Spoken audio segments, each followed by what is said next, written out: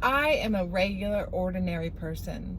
So when I, get labeled a conspiracy theorist, or, oh, well, that's what you believe, and why do you believe that? That's nothing that's, that's far out there, that's whatever.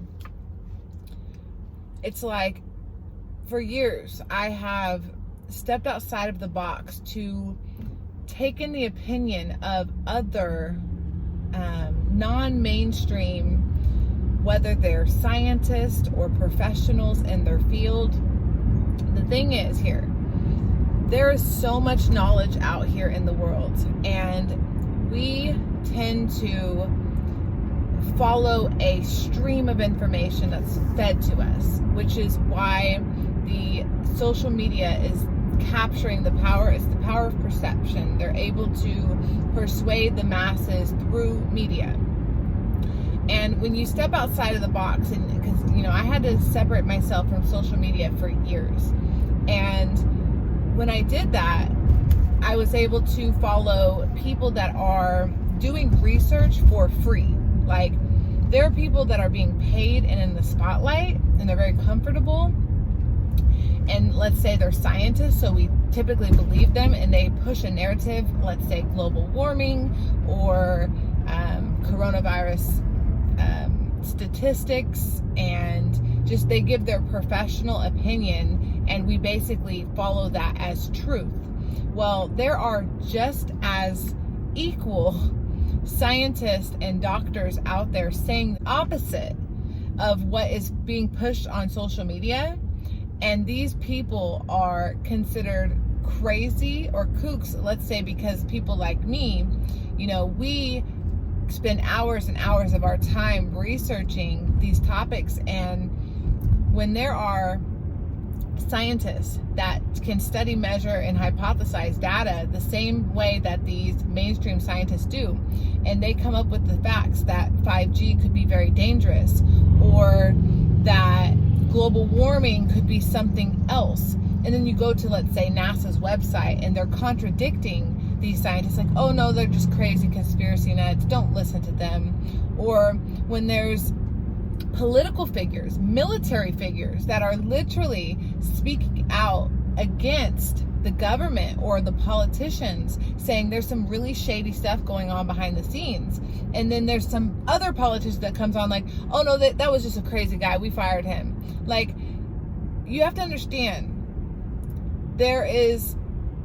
it's really hard to be an outcast, and it's not really fun.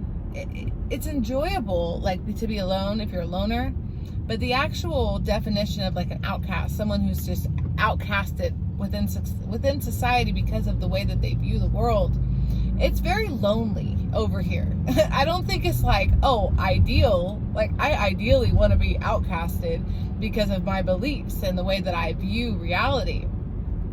Being an outcast is something that happens because the masses, the peers of myself and others that are outcasted, disagree with the reality that we see, because we have chosen to step outside of the normal box that where you're just fed. It's like being in the zoo, okay? It's like we're all zoo creatures.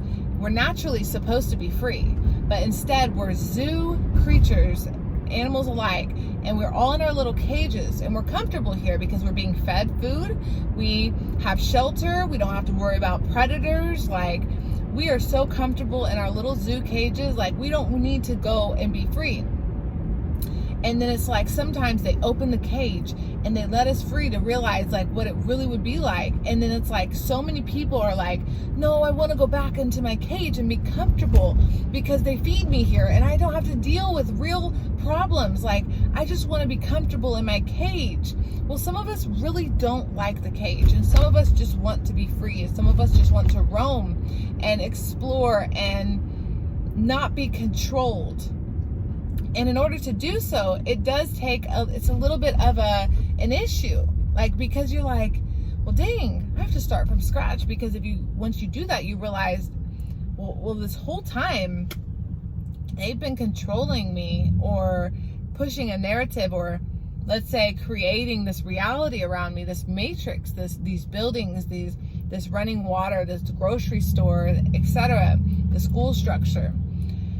It's like you realize how far from natural instincts and abilities we actually are. And this makes you start to question yourself. It makes you start to question reality, and it makes you start to seek other wisdom, because there's many wise souls walking around this planet, not just what's being pushed in the media. So once you tap into the beautiful power of the internet and realize what is actually going on, you can start to perceive higher than what's just on social media and what everyone is talking about. If everybody's talking about it, it's probably not that important. It's probably a distraction, because truly the real issues, the real problems, they're not being talked about. They're being avoided because they don't want us to focus on actual health concerns. Like, let's say the real epidemics of this world, of this country, of our nation, things like healthcare. Like, we actually need healthcare reform, meaning not just paying insurance companies to provide us with healthcare. Like, we actually also need to be more knowledgeable of what health is as a people. We have allowed this system to trap us into this really sickly state. You know, we are so far from our natural instincts and our abilities to, you know, choose healthy options, let's say, and to be natural. And what animal in nature is unnatural? Like, you have to somewhat be in your natural element. Like, that's part of your makeup. Your DNA thrives. You're going to thrive in your natural environment. And they have put us in these boxes and these squares, and we're just so far from our natural element. And we're going to have to, piece by piece, start peeling back the layers here of delusion, of, you know, lies and tricks. So, I mean, that's really all I have. It's just, I really want to help people to see that there's more to what's going on and what they're saying. There's so much more going on. There's so much more to be aware of. It got so dark, didn't it? But there's so much more out there. And it's just like, step outside of your box for a moment and think to yourself, you know, am I doing my best at paying attention to what's going on? Am I consciously aware of my surroundings, my environment, how my energy is affecting the grand scheme of things, the whole? Because collectively we're connected.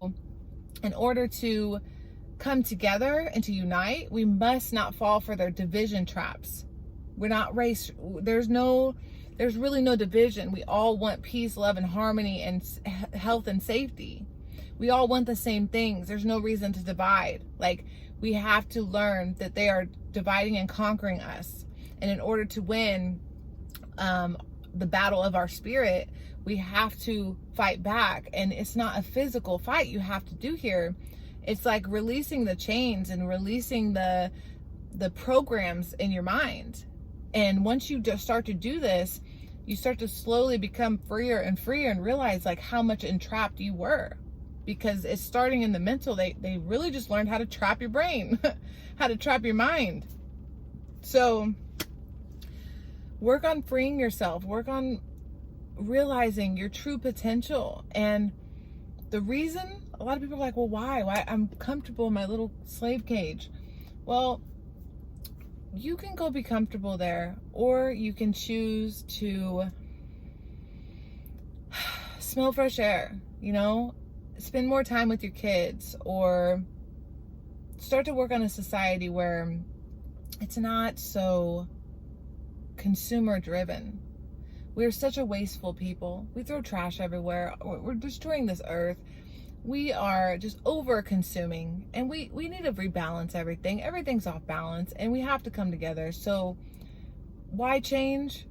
To make the planet a better place, to make yourself better, to make your family, your health, your life, just the energy itself, to make it better. We all can do this if we work together. And we have to first start peeling back the layers of lies and illusion that's in front of us, guys.